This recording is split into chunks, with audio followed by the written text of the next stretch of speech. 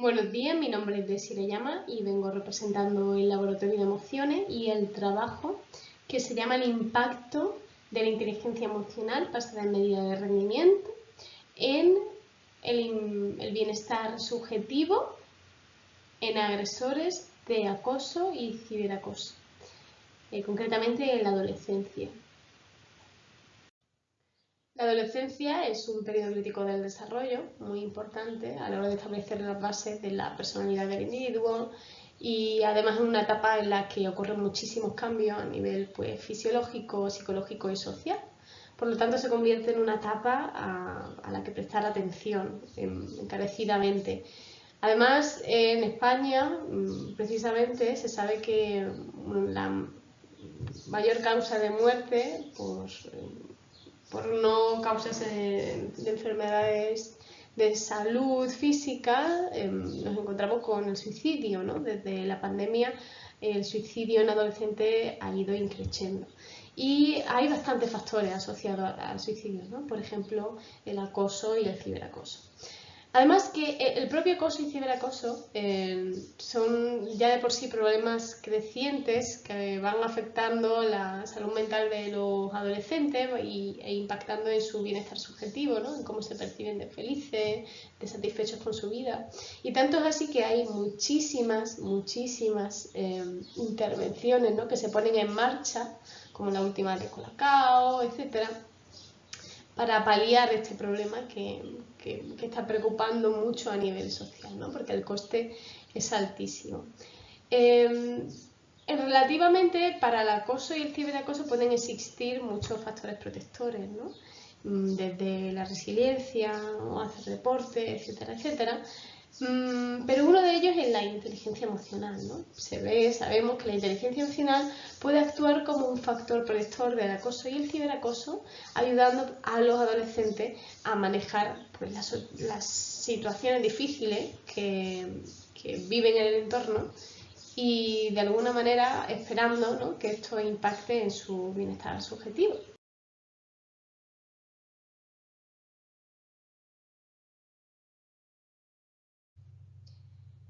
En este sentido, la inteligencia emocional, según Mayer y Salovey, y en su definición de 1997, implica la habilidad para percibir, para valorar y expresar emociones con exactitud, que esa sería la rama de percibir, la habilidad para acceder y o generar sentimientos que faciliten el pensamiento, que esa sería facilitación, la habilidad para comprender la emoción y el conocimiento emocional, por supuesto, la rama de comprensión, y la habilidad para regular las emociones que promueven el crecimiento emocional y intelectual. Esa sería la inteligencia emocional desde la perspectiva de habilidad de Mayer y Por lo tanto, el objetivo de este estudio fue investigar cómo la inteligencia emocional de habilidad, medida con un instrumento de rendimiento, va a impactar en el bienestar subjetivo del adolescente que se perciben como agresores de acoso y ciberacoso. Para ello, las variables que utilizamos en este estudio fue la inteligencia emocional como habilidad medida a través del TIEFA,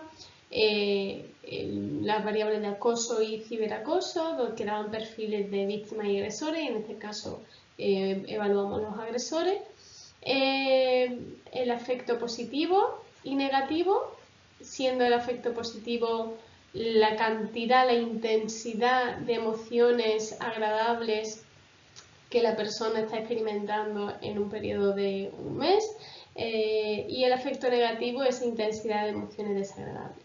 Y por supuesto medimos la felicidad subjetiva, que sería como una versión mucho más cognitiva de el bienestar subjetivo, que sería pues evaluar cómo de feliz, cómo de satisfecho te sientes con tu vida ahora mismo. Como vemos, el afecto positivo y negativo, esa es la parte más afectiva del bienestar, y la felicidad subjetiva sería la parte más cognitiva del bienestar. Por eso decidimos medir estos dos aspectos del bienestar subjetivo, ya que una de las clasificaciones del bienestar subjetivo se basa en que se pueden dividir en bienestar afectivo y cognitivo, y se recomienda que en los artículos se puedan medir las dos vertientes, los dos componentes. Así pues, como hipótesis, planteamos que el percibirse como agresor de acoso o ciberacoso va a estar correlacionado positivamente con el afecto negativo y negativamente con la felicidad subjetiva, y por tanto, en la hipótesis 2 vamos a establecer una hipótesis de path analysis en la que predecimos que la relación entre la inteligencia emocional y la felicidad subjetiva va a explicarse por un efecto indirecto que engloba la tendencia a ser agresor y la relación que tiene esto con el afecto negativo, prediciendo, ¿no?, que a medida que tengo más inteligencia emocional, menos agresor o probabilidad de ser agresor soy, por lo tanto menos emociones negativas experimento y tengo una percepción mejor de mi vida en general, tengo mayor felicidad subjetiva. Y esto se predice tanto en contextos de acoso como de ciberacoso. Para ello contamos con una muestra de 33 estudiantes de secundaria en institutos alrededor de España, con una media aproximadamente de 12 años de edad y con una muestra bastante equilibrada en la cual el 48%, casi 49%, eran niñas. Los instrumentos utilizados pues, fueron el TIESBA para medir la inteligencia emocional, que es el instrumento para medir la inteligencia emocional de la Fundación Botín, el famoso PANAS para medir afecto positivo y afecto negativo, que van a ser las variables que miden la intensidad con la que las personas sienten emociones agradables o desagradables a lo largo de un mes. El SHS, que mide felicidad subjetiva, que al final cuando se pregunta felicidad subjetiva lo que estamos haciendo es preguntarle al individuo cómo de satisfecho no se siente con su vida actual, ¿no? Estamos abordando un componente mucho más cognitivo del bienestar, y cuando medimos PANAS lo que estamos midiendo es un componente más afectivo del bienestar, ya que en el PANAS preguntamos sobre emociones agradables o desagradables que se viven en la vida diaria, y en el instrumento de felicidad lo que estamos evaluando va a ser cómo de satisfecho yo me siento con mi vida en general, ¿no? Una evaluación, como decía, mucho más cognitiva. Y luego nos encontramos con dos instrumentos de European Bullying Intervention Project Questionnaire, que va a medir actitudes de bullying, y de European Cyberbullying Intervention Project Questionnaire, que va a medir pues, actitudes de ciberbullying, de ciberacoso. Para realizar los análisis, pues hicimos análisis de correlación, además de los descriptivos, y lo más importante del estudio serían los path analysis, ¿no? Los análisis de sendero, de trayectoria, que van a establecer los efectos directos e indirectos en estas relaciones con las variables del estudio. Como resultado de las correlaciones, pues obtenemos que se cumple nuestra hipótesis, vemos cómo ser agresor va a estar relacionado negativamente con la inteligencia emocional, también va a estar relacionado negativamente con la felicidad subjetiva, positivamente con el afecto negativo, es decir, cuanto más agresor soy, más emociones desagradables experimento, y negativamente con el afecto positivo, aunque esto no forma parte de nuestra hipótesis principal. Obtuvimos una posición, tomamos una posición exploratoria en ese sentido. Efectivamente, los resultados de los path analysis confirman nuestras hipótesis, tanto para el contexto de acoso como el de ciberacoso. Y vemos este efecto indirecto de la inteligencia emocional sobre la felicidad subjetiva a través de la probabilidad de ser agresor, y impactando en el afecto negativo, ¿no? En la cantidad de emociones desagradables. Vemos que esto se va a repetir también en contextos de ciberacoso.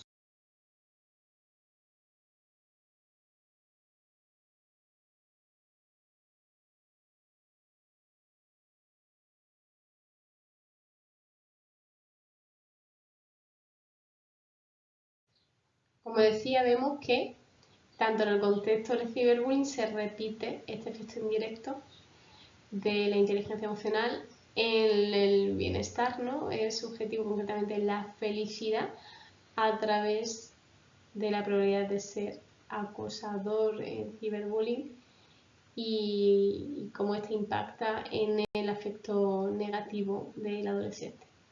Con el afecto positivo vemos que no intermedia en esta relación, tanto en el contexto de ciberbullying como de bullying, de acoso y ciberacoso. Antes de pasar a las conclusiones, me gustaría mencionar cierto tipo de limitaciones que puede tener este estudio, partiendo de la deshabilidad social típica de los autoinformes, que en este caso pues, puede ser probable en tanto en informes de acoso como ciberacoso y felicidad subjetiva. Por lo tanto, pues también sería interesante tener otros puntos de vista, como otros informantes como tutores o padres, etc. También mencionar que el perfil que se utiliza para el acoso y ciberacoso al final no es un perfil puro, y sí que para futuros estudios necesitaríamos hacer perfiles puros, por ejemplo, de víctimas o de agresores, ¿no? Para tener en cuenta esto, no solamente la percepción que los adolescentes tienen de su perfil en esta situación, y también pues si la muestra fuera más amplia y recorriera otro espectros de edad, etcétera, pues la generación de los resultados sería mayor, y como se trata de un estudio correlacional, pues no podemos establecer relaciones de causalidad.